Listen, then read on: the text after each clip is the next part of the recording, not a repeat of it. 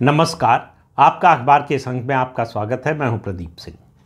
सुबह का भूला अगर शाम को घर वापस आ जाए तो उसको भूला नहीं कहते। तो राहुल गांधी, जिनकी छवि, या मेरा तो मानना है उन्होंने और उनके साथियों ने बड़ी मेहनत से गढ़ी थी पप्पू की छवि, उसको मिटाने में उससे ज़्यादा मेहनत की गई, लेकिन पप्पू जी की घर वापसी हो गई। अब आप कहेंगे कि किस तरह की बात है और किस संदर्भ में कह रहा हूँ, क्या ऐसा नया हो गया है, उसकी बात करूँगा। उससे पहले अब तक क्या हुआ उसके बारे में बात करना ज़रूरी है। राहुल गांधी की छवि जो है पप्पू की बन गई थी और उनकी पार्टी का आरोप था कि इस छवि को बनाने के लिए उनकी भारतीय जनता पार्टी ने बहुत बड़े पैमाने पर पैसा खर्च किया। तो आज की घटना और आज की बात सुनने के बाद मुझे लगा कि भाई, हिमालय पर जाकर कोई बर्फ़ खरीदता है क्या? अगर भारतीय जनता पार्टी ने इसके लिए पैसा खर्च किया तो उनसे ज़्यादा नासमझ और कौन हो सकता है। लेकिन एक बात तो साफ है कि इस इमेज को मिटाने के लिए कांग्रेस पार्टी ने बड़ा पैसा खर्च किया। कांग्रेस की या राहुल गांधी की भारत जोड़ो यात्रा, फिर भारत जोड़ो न्याय यात्रा, दो यात्राएं हुई। पहले भारत जोड़ो न्याय यात्रा के बाद एक इंटरव्यू में या उसी के दौरान, शायद आखिरी दौर में, जयराम रमेश, जो मीडिया प्रभारी हैं और कांग्रेस के जो है मुख्य प्रवक्ता भी हैं और राहुल गांधी के करीबी भी हैं, उन्होंने कहा कि राहुल गांधी की पप्पू की छवि को मिटाने का एक उद्देश्य था इस यात्रा का, और उसमें हमें सफलता मिली। फिर कुछ दिन बाद प्रियंका वाड्रा का बयान आया। उन्होंने कहा मेरा भाई पप्पू नहीं है। लेकिन सबसे मज़ेदार बयान इस लोकसभा चुनाव के दौरान आया सैम पित्रोदा का। अब सैम पित्रोदा को राहुल गांधी का राजनीतिक गुरु कहा जाता है। एक समय दिग्विजय सिंह को ये पदवी हासिल थी। आजकल सैम पित्रोदा, ये माना जाता है, पता नहीं उसमें कितनी सच्चाई है, लेकिन सार्वजनिक जीवन में परसेप्शन का बड़ा महत्व होता है, धारणा का बहुत महत्व होता है। ये धारणा है कि राहुल गांधी वो बोलते हैं जो सैम पित्रोदा उन्हें बताते हैं, या राहुल गांधी और सैम पित्रोदा के बीच में जिन मुद्दों पर सहमति होती है, मुद्दे ऐसा लगता है जिस तरह के मुद्दे आते हैं उससे कि मुद्दे लेकर सैम पित्रोदा ही आते हैं। तो लेकिन आज उस पर बात नहीं कर रहा हूँ कि वो किस तरह के मुद्दे लेकर आते हैं और क्या मुद्दे लेकर आते हैं, आते भी हैं कि नहीं। उन्होंने बयान क्या दिया? उन्होंने भी कहा कि राहुल गांधी पप्पू नहीं है, और कहा कि राहुल गांधी दरअसल अपने पिता राजीव गांधी से ज़्यादा इंटेलिजेंट है। अब इसको राहुल गांधी कॉम्प्लीमेंट माने या आलोचना माने? आलोचना तो उनके पिता की हो रही है। यानी जो कह रहे हैं सैम पित्रोदा, उसको दूसरे तरह से देखिए तो वो कह रहे हैं कि जितनी समझ राहुल गांधी में है उतनी समझ राजीव गांधी में नहीं थी। तो अब ये तो घर का मामला है, सैम पित्रोदा को उस परिवार से बाहर मत समझिए। लेकिन उन्होंने चूंकि ये बयान सार्वजनिक रूप से दिया, इसलिए मैंने उसकी चर्चा की। तो इन दोनों यात्राओं पर कांग्रेस पार्टी ने खूब पैसा खर्च किया, और ये पूरे देश के मीडिया में और कांग्रेस पार्टी के समर्थकों में तो था ही, कांग्रेस पार्टी के विरोधियों को भी ये लगने लगा कि राहुल गांधी पप्पू की छवि से निकल आए। और जब उन्होंने अपनी पार्टी को 53 से 99 लोकसभा सीटों पर पहुंचा दिया तो इस पर मुहर लग गई कि भाई, राहुल गांधी की, एक सीरियस नेता की, एक पूर्णकालिक नेता की जो है वो उनकी छवि बन गई है। ये पप्पू की उनकी जो छवि थी उनके विरोधियों ने बनाई थी, उसमें राहुल गांधी का कोई योगदान नहीं था, ये कांग्रेस के लोग कह रहे हैं। और कांग्रेस और राहुल गांधी के विरोधियों का कहना कि हमारा कोई योगदान नहीं है, सब कुछ किया धरा राहुल गांधी का है, जिस तरह के बयान देते हैं, जिस तरह का काम करते हैं। अब किसका योगदान है इसमें, इस बात को छोड़ दिया जाए। कांग्रेस के आप समर्थक हैं तो मान लीजिए कि भारतीय जनता पार्टी ने किया, कांग्रेस के विरोधी हैं तो मान लीजिए कि राहुल गांधी का सारा दोष है या सारा श्रेय है, जो भी कहना चाहें आप। तो राहुल गांधी की पप्पू की छवि, ऐसा लग रहा था जब वो चुनाव के दौरान सर पर संविधान लेकर घूम रहे थे, आरक्षण बचाने की बात कर रहे थे, संविधान बचाने की बात कर रहे थे, जनतंत्र बचाने की बात कर रहे थे, और हर विदेश यात्रा पर जो करते हैं वो जाकर भारत की आलोचना करते हैं। भारत के बारे में कोई भी अच्छी बात, कोई सकारात्मक बात अपने किसी विदेशी दौरे पर राहुल गांधी के मुंह से आपने नहीं सुनी होगी। तो उसके लिए उनके विरोधी उनकी आलोचना करते हैं, देश भर में आलोचना होती है, और यहाँ तक कि अमेरिका की मीडिया में कुछ लोग सवाल उठाने लगे कि राहुल गांधी हिंदुस्तानी है या पाकिस्तानी है। अब मैं तो नहीं कह सकता कि राहुल गांधी पाकिस्तानी है। राहुल गांधी विशुद्ध रूप से हिंदुस्तानी है, हिंदुस्तान के ही नागरिक है। हालांकि नागरिकता का मामला भी उनका हाईकोर्ट में चल रहा है। देखिए भारत सरकार क्या जवाब देती है। हालांकि भारत सरकार ने उस मुद्दे पर हाईकोर्ट से और समय मांग लिया है जवाब देने के लिए। मुझे नहीं समझ में आता कि उसमें और समय मांगने का औचित्य क्या था। सारे डॉक्यूमेंट आपके पास हैं, आपके सामने हैं, और ये मामला कोई अचानक आया हो, आज ही आया हो और पूछ लिया गया हो, समय मांगे तो समझ में आता है काफ़ी समय से चल रहा है। जब राजनाथ सिंह गृह मंत्री थे देश के, तब से ये मामला चल रहा है। खैर, उस मुद्दे को भी अभी छोड़ देते हैं। तो अभी नया क्या हुआ है? नया ये हुआ है कि राहुल गांधी, आपको मालूम है कि हरियाणा और जम्मू कश्मीर में चुनाव हो रहे हैं। हरियाणा में चुनाव प्रचार अभी चल रहा है, जम्मू कश्मीर में बंद हो गया, वोटिंग हो गई सेकेंड फेज की भी। तो राहुल गांधी ने आज हरियाणा की जनसभा में एक बात कही, उनको लगा कि वो बहुत गंभीर बात कह रहे हैं, और उसी बात से उनके सबने ये मान लिया कि पप्पू जी की वापसी हो गई। उन्होंने कहा, उसके उस वीडियो भी चले, उनके नेताओं ने उनको जो है जलेबी खिलाई और उन्होंने डिब्बा दिखाया जलेबी का, जिस दुकान की जलेबी थी, उस इलाके की मशहूर दुकान है जलेबी की, उसका नाम लिया और डिब्बा दिखाया और ये कहा कि मैंने अपने जीवन की सबसे अच्छी जलेबी खाई है। हालांकि मुझे जलेबी से ज़्यादा और मिठाइयाँ पसंद है, और कौन सी मिठाई है उसका नाम नहीं लिया उन्होंने। और उन्होंने सभा के मंच से कहा कि मैंने प्रियंका को सीधा मैसेज मार दिया। फिर वो फ़ोन लेकर उन्होंने कहा, आपको पढ़कर सुना देता हूँ। कहा कि प्रियंका, मैंने अपने जीवन की सबसे अच्छी जलेबी खाई, और उन्होंने बताया कि प्रियंका को जलेबी बहुत पसंद है और मैं शाम को एक डिब्बा तुम्हारे लिए ला रहा हूँ।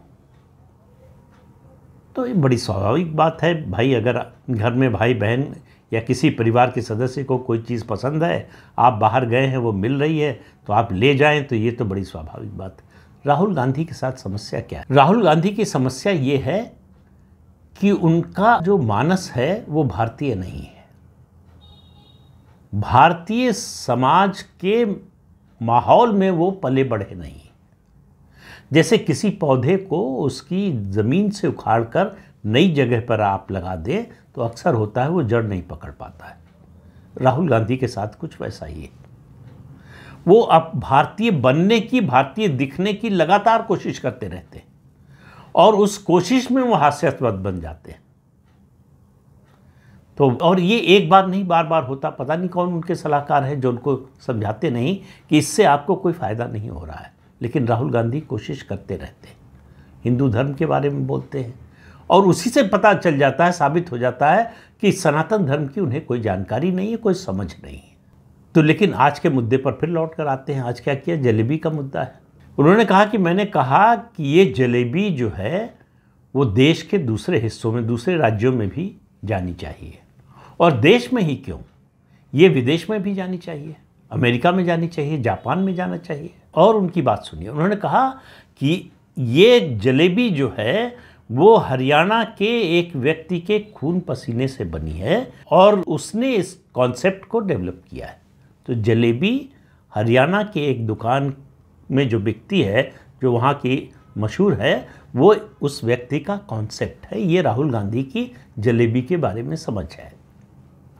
भारत घूमे होते, भारत को जानते, तो उनको पता चलता कि हर गली नुक्कड़ मोहल्ले में जो है जलेबी बिकती है और हर शहर में, हर कस्बे में कोई ना कोई एक दुकान होती है जिसकी जलेबी ज़्यादा मशहूर होती है, ज़्यादा प्रसिद्ध होती है। मंच से ही पूछा कि इनके यहाँ कितने लोग काम करते हैं, कोई जवाब नहीं आया। तो उनका मान लीजिए 100 लोग काम करते हैं, तो अगर ये अपनी जलेबी की फैक्ट्री लगाएं तो हो सकता है आने वाले दिनों में 10,000, 20,000, 30,000, 50,000 लोग काम करें। अब उनको मोदी को गाली देना था, कटघरे में खड़ा करना था। तो उन्होंने कहा लेकिन उनको फैक्ट्री लगाने के लिए बैंक से तो कर्ज मिलेगा नहीं, वो कर्ज मांगने जाएंगे, बैंक उनको कर्ज नहीं देगा। क्यों? क्योंकि मोदी ने बैंकों का सारा पैसा अडानी और अंबानी को दे दिया है।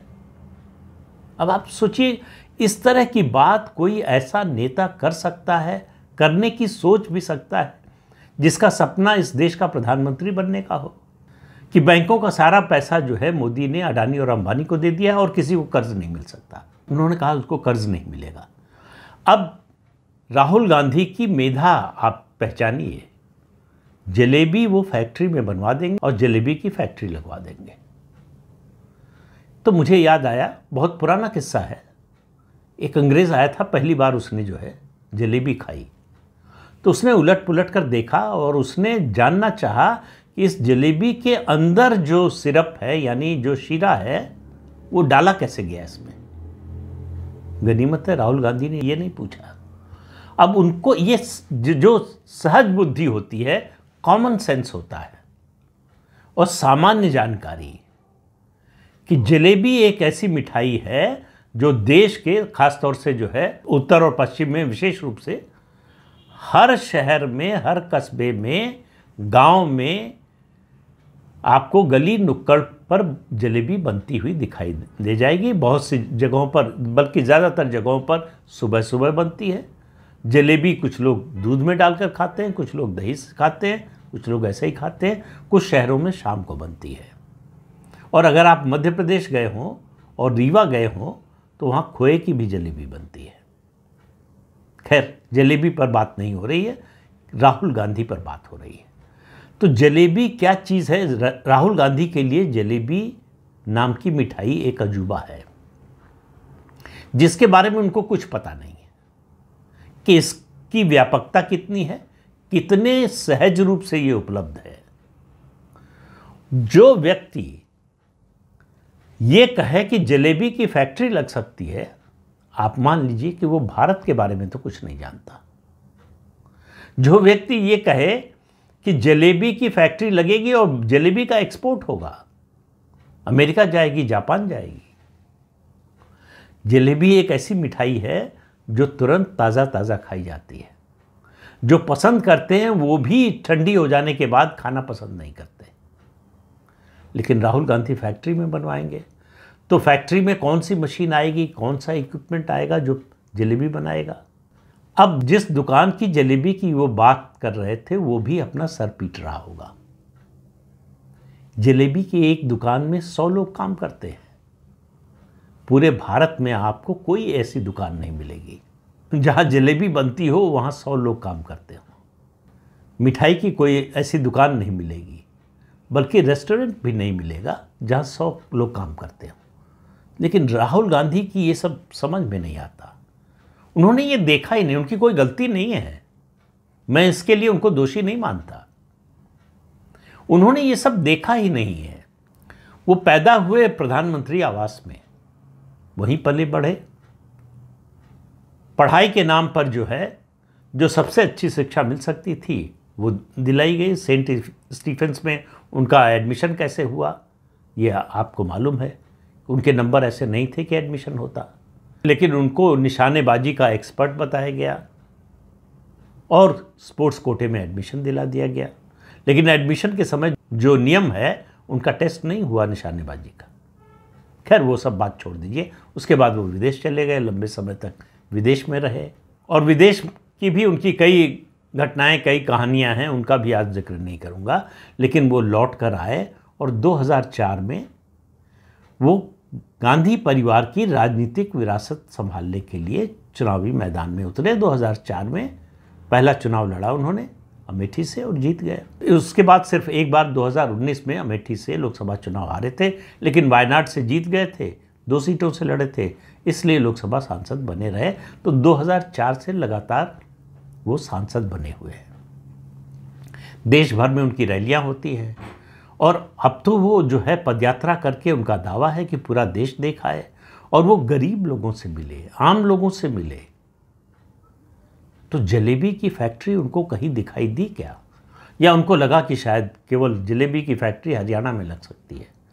तो वहाँ भूपेंद्र सिंह हुड्डा भी बैठे हुए थे, उनसे पूछ लेते। उन्होंने दीपेंद्र हुड्डा और जो है पूनिया जी से कहा कि क्या होना चाहिए, इसकी फैक्ट्री लगनी चाहिए।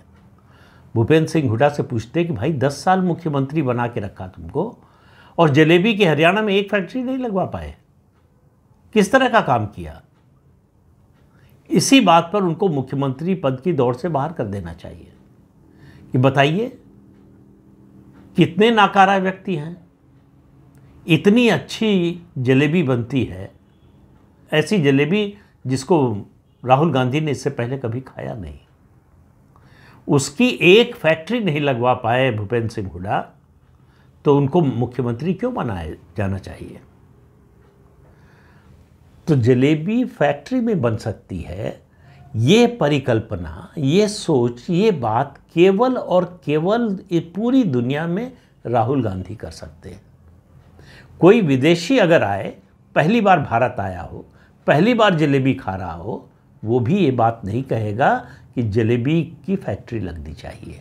लेकिन राहुल गांधी जो इसी देश में पैदा हुए हैं और पिछले 20 साल से लोकसभा के सदस्य हैं, अब पता नहीं उन्होंने अमेठी में कभी जलेबी खाई कि नहीं, रायबरेली में कभी जलेबी खाई कि नहीं, तब उनको फैक्ट्री लगाने का ख्याल क्यों नहीं आया मुझे नहीं मालूम। या उनको जो है अमेठी और रायबरेली में जलेबी की कोई दुकान ही नहीं मिली। तो आप इसी के आधार पर मैं कह रहा हूँ, आज उन्होंने अगर ये बातचीत उन्होंने हंसी मजाक में अपने दोस्तों के बीच में कही होती तो ये बात दबी छिपी रहती। उन्होंने सार्वजनिक मंच से रैली में ये बात कही और इस अंदाज में कही कि ये ख्याल सिर्फ उन्हीं को आया कि जलेबी की फैक्ट्री लग सकती है और जलेबी एक्सपोर्ट हो सकती है। जलेबी एक ऐसी मिठाई है जो कभी एक्सपोर्ट हो ही नहीं सकती है, जो कभी दूसरे प्रदेश में, दूसरे शहर में नहीं जा सकती। जो भी जलेबी खाते हैं वो अच्छी तरह से जानते हैं कि जलेबी खाने लायक, या मतलब जो पसंद करते हैं, कुछ देर तक रहती है। आप दुकान पर जाते हैं तो पहले पूछते हैं कि अभी तुरंत निकली है, गर्म है कि नहीं, अगर नहीं है तो नहीं लेते हैं, गर्म निकलवाते हैं। लेकिन राहुल गांधी ने ये सब जीवन देखा ही नहीं, तो सवाल ये है कि किसी से पूछ लेते हैं। अब आप देखिए उनके आसपास के लोगों का देखिए आप, दीपेंद्र हुड्डा और पुनिया जी, दोनों में से किसी ने उनको नहीं बताया कि ये फैक्ट्री वाली बात आप सार्वजनिक रूप से मत बोलिएगा, मजाक बनेगा आपका। जब राहुल गांधी मंच से ये बोल रहे थे तो शायद पुनिया जी थे, मैं पहचानता नहीं, भूपेंद्र सिंह हुड्डा के बगल में बैठे थे। उन्होंने पहले ऐसे हाथ उठाया, ताली बजाने की कोशिश की, फिर नीचे कर लिया हाथ। उनको लगा कि लोग मुझ पर भी हंसेंगे। तो राहुल गांधी के अंदर जो एक पप्पू है वो फिर से लौट आया है। यही कहानी है हरियाणा के विधानसभा चुनाव की। किसकी सरकार बनती है, कौन जीतता है, कौन हारता है, कौन मुख्यमंत्री बनता है, कौन नहीं बनता है, ये सब बातें गौड़ है। हरियाणा चुनाव की एकमात्र उपलब्धि ये है कि राहुल गांधी के दिमाग में ये ख्याल आया, ये कॉन्सेप्ट आया उनके दिमाग में कि जलेबी की फैक्ट्री लग सकती है और जलेबी एक्सपोर्ट हो सकती है।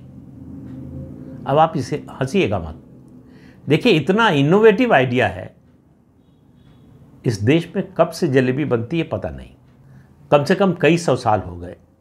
उसको लेकर अलग अलग तरह की कहानियां हैं कि वहाँ से आई, वहाँ से आई, जहाँ से भी आई, इस देश में सैकड़ों साल से जलेबी बन रही है। किसी भारतीय के दिमाग में ये आइडिया नहीं आया, तो जाहिर है कि राहुल गांधी से ज़्यादा इनोवेटिव व्यक्ति तो कोई है ही नहीं, और कोई उनसे ज़्यादा इंटरप्राइजिंग भी नहीं है जो जलेबी की फैक्ट्री लगवाने का जिसके मन में ख्याल भी आया हो। ये पहली बार राहुल गांधी के ही मन में आया। लेकिन सारी समस्याओं की जड़ ये मोदी है। अब बताइए, बैंक लोन ही नहीं देता, बैंक के पास पैसा ही नहीं, बैंक का पैसा तो सब अडानी अंबानी को दे दिया मोदी ने, उन्हीं को बैंक से कर्ज मिलता है। अब थोड़ा सा भी उनके लोग बताते, को पढ़ाते, अर्थशास्त्र के बारे में बताते, भारतीय अर्थव्यवस्था के बारे में बताते, तो उनको पता चलता कि बैंक कितने बड़े पैमाने पर लोगों को कर्ज दे रहे हैं और लोग कितने बड़े पैमाने पर ले रहे हैं।